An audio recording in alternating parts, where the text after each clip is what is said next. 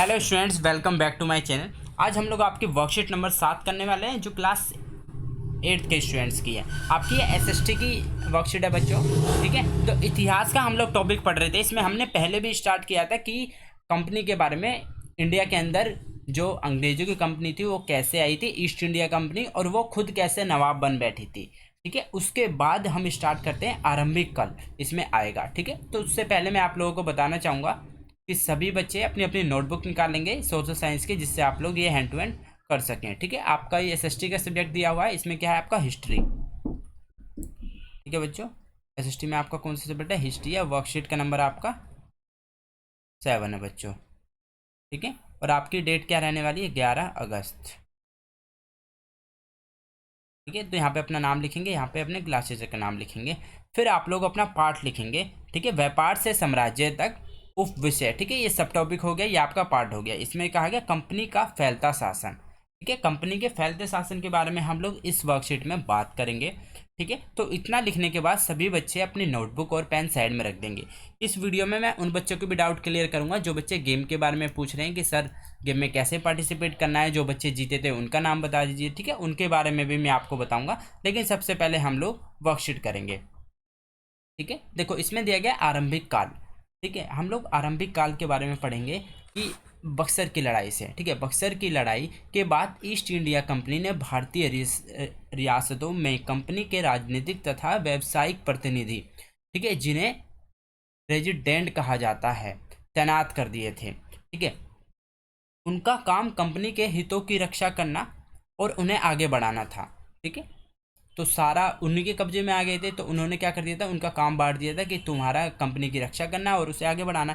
Resident के माध्यम से कंपनी के अधिकारी भारतीय राज्यों के भीतर मामलों में भी दखल देने देने लगे थे, ठीक है। मतलब कंपनी से हटकर भी वो उनके मतलब पर्सनली चीज़ों में भी बहुत मामले, बहुत मतलब दखल देने लगे थे वो लोग, उनके भीतरी मामलों में भी, ठीक है। अगला राजा कौन होगा, किसको किस पद पर बिठाया जाएगा, ये चीज़ें भी कंपनी अवसर तय करना चाहते थे, ठीक है। वो चाहते थे कि इन्हें पूरा ही कब्जे में ले लें कि इनका राजा कौन होगा, किसे हम अगली गद्दी पे बिठाएंगे, ठीक है। ये सब भी वो लोग करने लगे थे। देखो फिर कई बार कंपनी ने रियासतों पर सहायक संधि भी सौंप दी, ठीक है। रियासतों पर उन्होंने क्या किया, बहुत बार सहायक संधि भी सौंप दी। जो रियासत इस बंदोबस्त को मान लेती थी उसे अपनी स्वतंत्र सेनाएं रखने का अधिकार नहीं रहता, ठीक है। तो जो रियासत इसको मान लेती थी उसे अपनी स्वयं सेनाएं रखने का अधिकार नहीं रहता था, उसे कंपनी की तरफ से सुरक्षा मिलती थी और इस सहायक सेना से रख रखाव के लिए भारतीय शासक कंपनी को रकम देते थे। देखो कुछ लोग ऐसे होते हैं जिन्हें सिर्फ अपने से मतलब होता है, तो वो लोग उनकी मतलब बात मान लेते थे। जो वो कहते थे कि भाई तुम ये करोगे तो तुम्हें ये फैसिलिटी मिलेगी, ये मिलेगा, ठीक है। तो वो लोग मान जाते हैं। लेकिन कुछ को ये होता था नहीं, ये बाहर के लोग हैं, ये यहाँ व्यापार करने आए, हमको ऐसे धीरे धीरे ये कर देंगे, तो वो लोग नहीं मानते थे। अगर भारतीय शासक रकम अदा करने में चूक जाते थे तो जुर्माने के तौर पर उनका इलाका कंपनी अपने कब्जे में कर लेती थी, ठीक है। जो उन्होंने वो कहते थे अगर तुम हमारा रकम नहीं दोगे, ठीक है, मतलब हमारी क्या जो रकम के लिए उन्होंने बोला, अगर नहीं दोगे तो हम तुम्हारी जगह क्या हड़प लेंगे। उदाहरण के लिए जब रिच्ड वेलें वेलेंजली गवर्नर जनरल था, उस समय अवध के नवाब 1801 में अपना आधा इलाका कंपनी को सौंपने के लिए मजबूर किया, ठीक है। उन्होंने कहा आधा इलाका तुम अपना कंपनी को सौंप दो, क्योंकि वो सहायक सेना के लिए रकम अदा करने से चूक गए थे, ठीक है।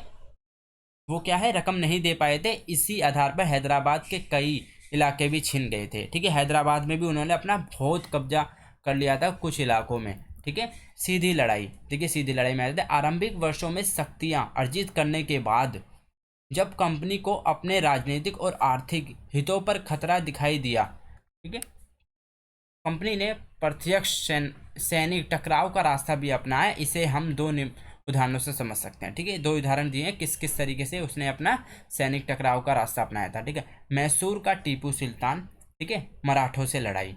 अब देखो इसमें क्या दिया गया है, हैदर अली, हैदर अली नाम है एक, वो कब 1761 से 1782, और उनके विख्यात, ठीक है, पुत्र कौन से है उसके, टीपू सुल्तान, ठीक है। तो वो कब 1782 से 1799 जैसे शक्तिशाली शासकों के नेतृत्व में मैसूर काफ़ी ताकतवर हो चुका था।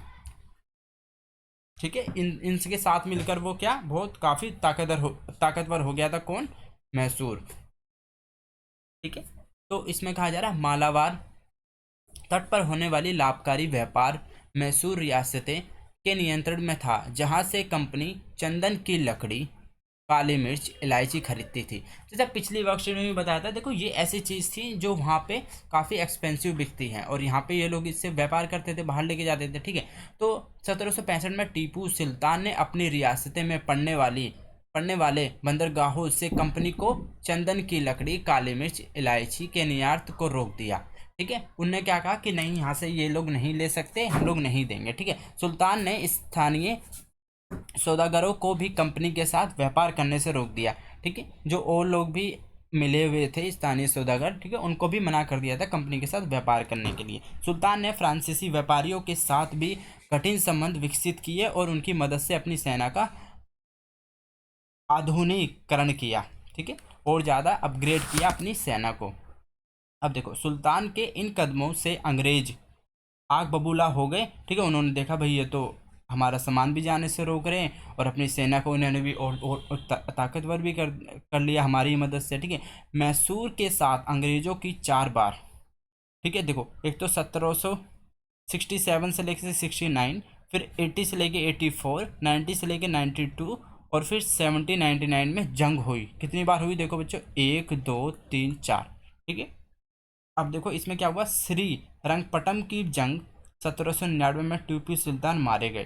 ठीक है। एट द एंड लास्ट में जो हुआ था, टीपू सुल्तान को क्या है, मार दिया था। मैसूर का राजकाश पुराने वेडियार राजवंश के हाथों में सौंप दिया। जो वहाँ के पुराने राजवंश थे उनको उनके हाथ में सौंप दिए गए। इसके साथ ही मैसूर पर भी सहायक संधि सौंप दी गई थी। ठीक है। वहाँ पे भी क्या हो गई थी, सहायक संधि थोप दी गई। ठीक है। मैसूर पर भी। अब देखो मराठों से लड़ाई, उनकी जब मराठों से लड़ाई हुई तो क्या हुआ। अब देखो 18वीं सदी के आखिर से कंपनी मराठों की ताकत को भी काबू और ख़त्म करने के बारे में सोचने लगी। ठीक है। देखो 18वीं शताब्दी के बाद भी कंपनी क्या सोच रही थी कि मराठों को भी यहाँ से ख़त्म कर दिया जाए।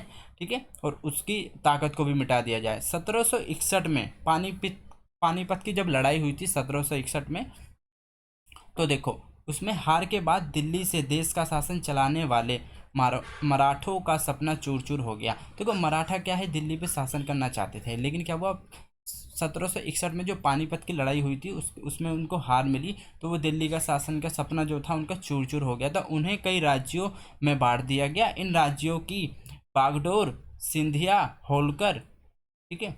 अब देखो उन राज्यों की बागडोर क्या थी, एक तो सिंधिया, होलकर, गायकवाड़, भोसले जैसे अलग अलग राजवंशों के हाथ में थी। ठीक है। ये सारे सरदार एक पेशवा सर्वोच्च मंत्री के अंतर्गत एक राज्यमंडल कन्फेडरेसी के सदस्य थे। ठीक है। राजमंडल और कन्फेडरेसी के सदस्य थे ये सारे सर्वोच्च मंत्री। ठीक है। पेशवा इस राज्यमंडल का सैनिक था और प्रशासकीय प्रमुख होता था और पुणे में रहता था। कहाँ रहता था वो, पुणे में रहता था। ठीक है। महादजी सिंधिया और नाना फडनीस दो प्रसिद्ध मराठा योद्धा और राजनीतिक थे। ठीक है। ये फेमस राजनीति थे। इनके बाद एक कई युद्धों के द्वारा कंपनी ने मराठों को घुटने टेकने पर मजबूर कर दिया। देखो जो कंपनी आई थी ईस्ट इंडिया कंपनी, उनके जो मतलब उनके साथ जब इनकी लड़ाई हुई तो कई बार उन्होंने क्या किया, उनको हरा दिया एक तरीके से, कि घुटने टेकने पे मजबूर कर दिया। पहला युद्ध कब हुआ था, 1782 में सालभाई सिंधी के साथ खत्म हुआ, जिसमें कोई पक्ष नहीं जीत पाया, दूसरा अंग्रेज। देखो मैं आप लोगों से इसमें एक क्वेश्चन पूछना चाहूंगा। पेशवा इस राजमंडल सैनिक था, ठीक है, और प्रशासनिक प्रमुख।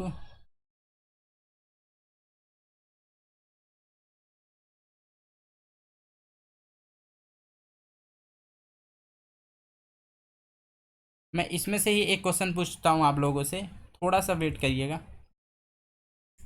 ठीक है।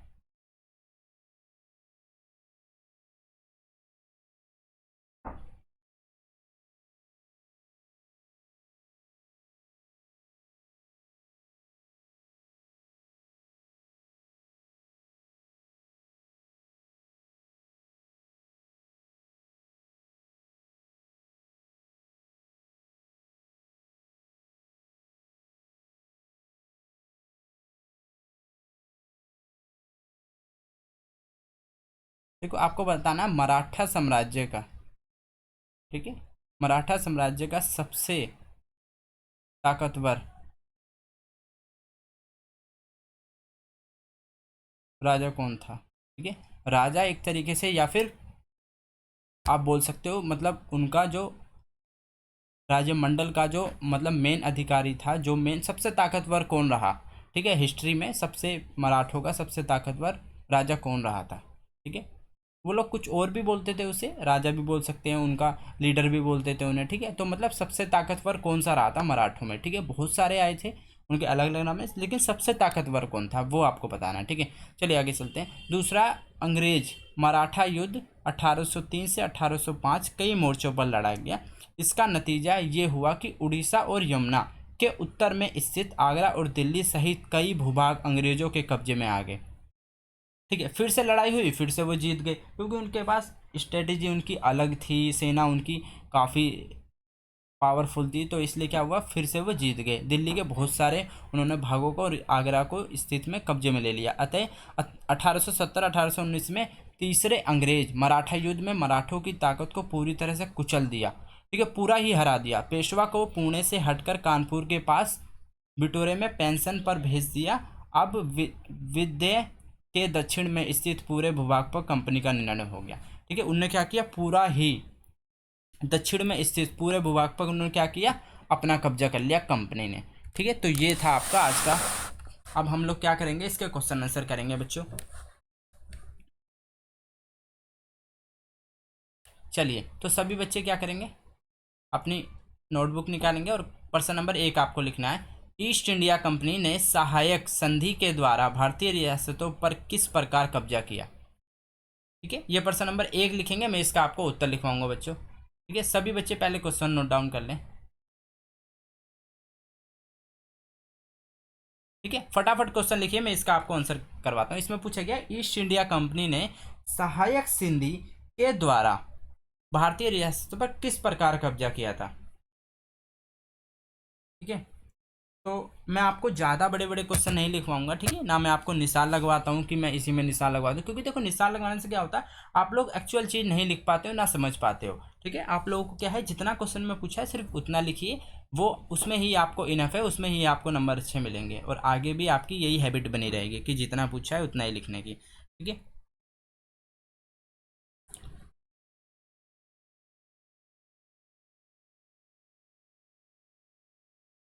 देखो इसमें हम स्टार्ट करेंगे सहायक संधि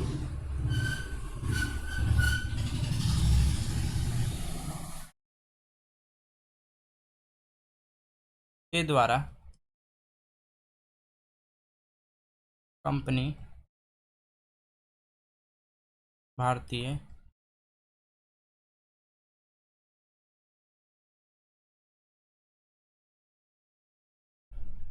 रियासतों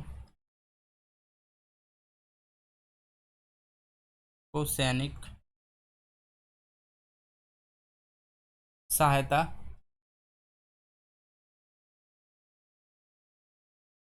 प्रदान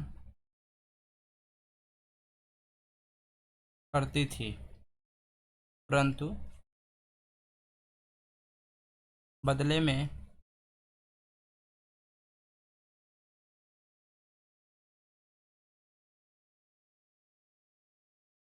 रियासत को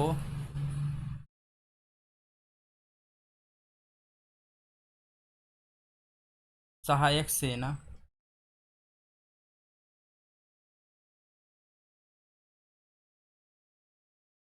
के रख रखाव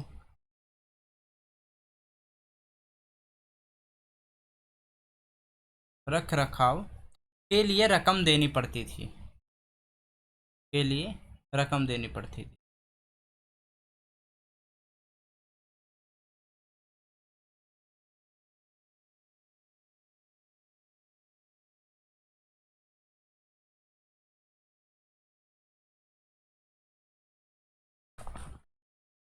और नहीं दी तो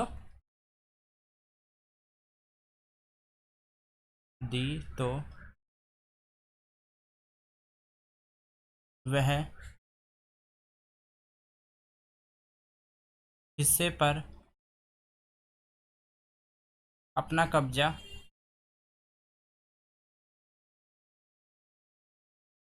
जमा लेती थी, जमा लेती थी।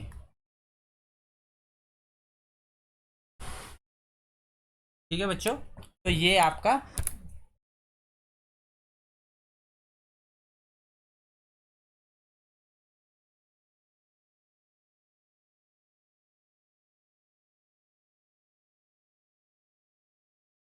ठीक है, तो ये आपका आंसर नंबर 1 हुआ। होपफुली सभी बच्चों को समझ में आ रहा होगा। किसी को कोई डाउट रहे तो वो कमेंट कर सकते हैं, मैं आपको रिप्लाई कर दूंगा। ठीक है, प्रश्न नंबर 2 करेंगे। अंग्रेज टीपू सुल्तान से क्यों आग बबूला थे, इस लड़ाई के क्या परिणाम हुए?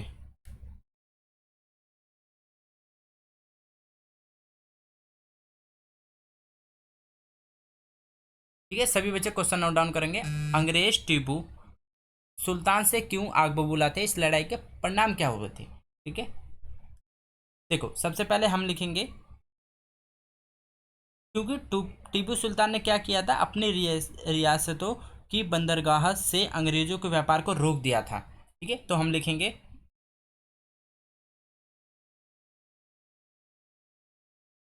1 नंबर, टीपू सुल्तान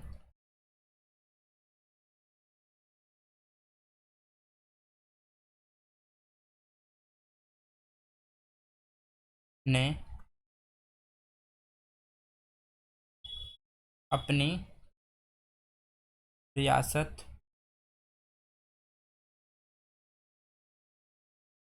की बंदरगाहों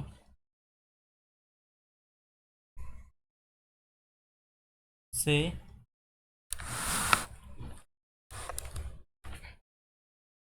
अंग्रेजों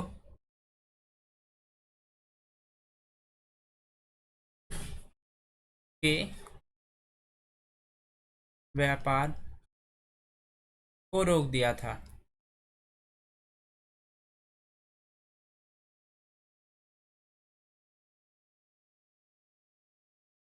ठीक है, आप फिर सेकंड में लिखेंगे क्या, टीपू सुल्तान ने और क्या किया था, टीपू सुल्तान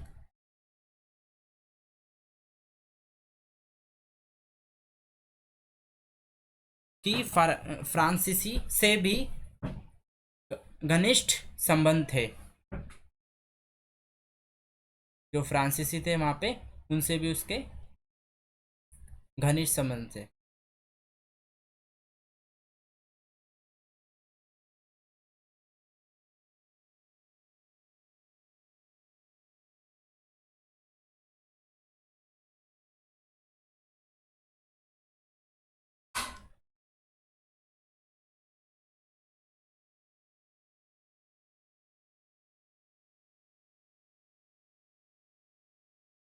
ठीक है, और इसमें क्या पूछा था, फिर कहा था आग बबूला क्यों थे, इस लड़ाई के क्या परिणाम हुए? ठीक है, इस कारण,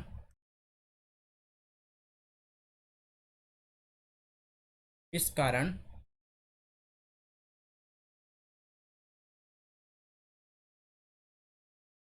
टीपू सुल्तान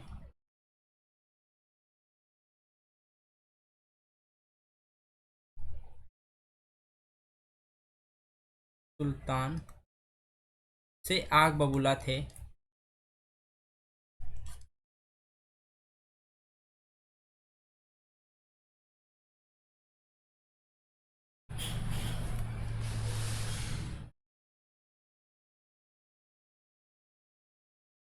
लड़ाई के परिणाम बताने हैं। तो एंड में क्या हुआ था, इसी कारण क्या हुआ था, मैसूर के साथ 4 युद्ध हुए और अंत में वो विजयी अंग्रेजों के हाथ लग गई। ठीक है, इसी कारण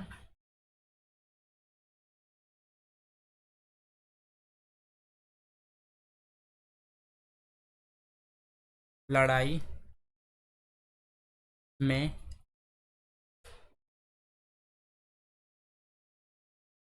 इसी कारण लड़ाई हुई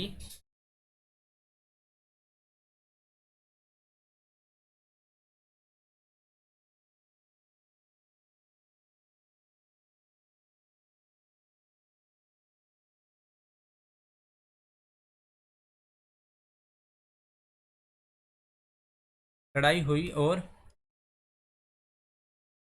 अंग्रेज जीत गए।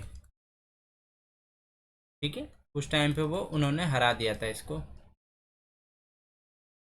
ठीक है, तो ये आपका आंसर नंबर 2 है बच्चों। अब चलते हैं क्वेश्चन नंबर 3 की तरफ। इसमें क्या पूछा है, मराठा संघ के प्रमुख राजवंश कौन थे। ठीक है, इसमें राजवंश का नाम बताना है एक में। ये संघ किस प्रकार के शासित थे। ठीक है, तो उत्तर लिखोगे आप। संघ कौन थे, राजवंश सिंधिया होलकर थे। ठीक है, प्रमुख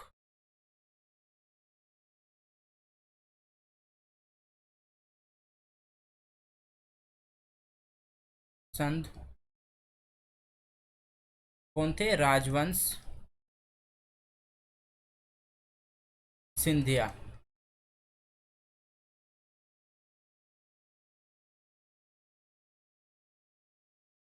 होलकर।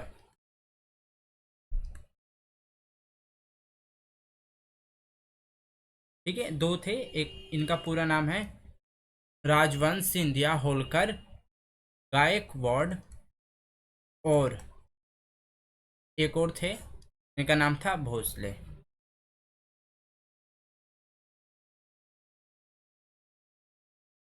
ठीक है, ये सारे राजवंश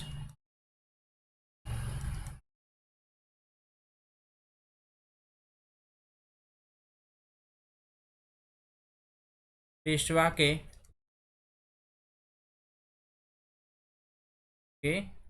अधीन एक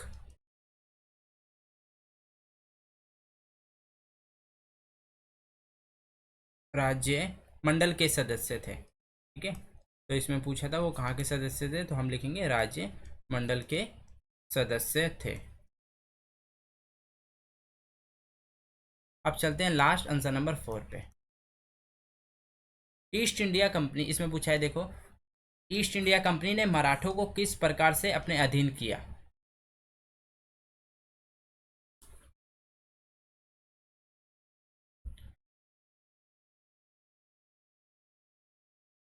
उसने मराठों मराठा राजवंशों को तीन तीन लिखोगे, तीन युद्धों।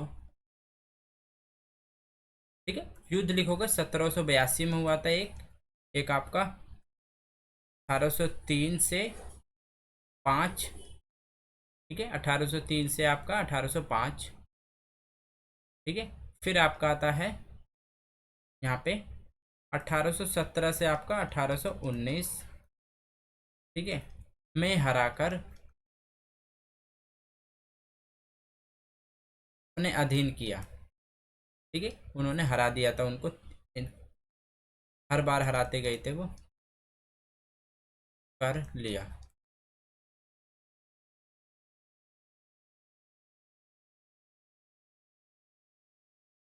ठीक है बच्चों, आपको समझ आ रहा होगा, 1782, 1803, 1805, 1817, 1819 में हराकर अपने अधीन कर लिया।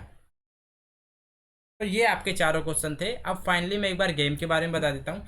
देखो, गेम के बारे में 3 बच्चे सिलेक्ट हुए थे लास्ट वीक।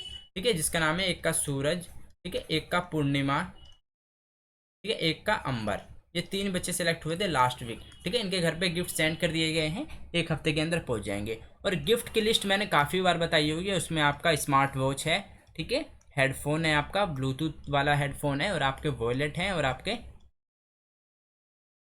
वॉलेट है, और आपका एक, हाँ, और आपके N95 मास्क है। तो ये आपके 5 गिफ्ट हैं बच्चों, ये आपको मिलेंगे। इसमें आपको पार्टिसिपेट करना है। जैसे मैंने, आपने अगर पूरी वीडियो देखी होगी, तो जो बच्चा डेली वीडियो देख रहा है मेरे चैनल पे, और वीडियो को पूरी देख रहा है और डेली कर रहा है, तो वो बच्चा डेफिनेटली देख रहा होगा कि मैं क्वेश्चन पूछता हूँ वीडियो में। ठीक है, तो उसका क्वेश्चन आपको टेलीग्राम पे देना है। टेलीग्राम का लिंक मैंने दिया है, जो भी बच्चा उस पर आंसर देगा, उसमें से मैं एक बच्चा सेलेक्ट करूंगा। बच्चा वही सिलेक्ट होगा जो वीडियो को पूरी देखता होगा, डेली देखता होगा, और 10 फ्रेंड के साथ शेयर करता होगा। ठीक है, वो बच्चा सेलेक्ट हो जाएगा, उसके घर पे गिफ्ट सेंड कर दिया जाएगा। ठीक है बच्चों, मिलते हैं नेक्स्ट वीडियो में। Till then bye, be safe, stay healthy. जय हिंद, जय भारत।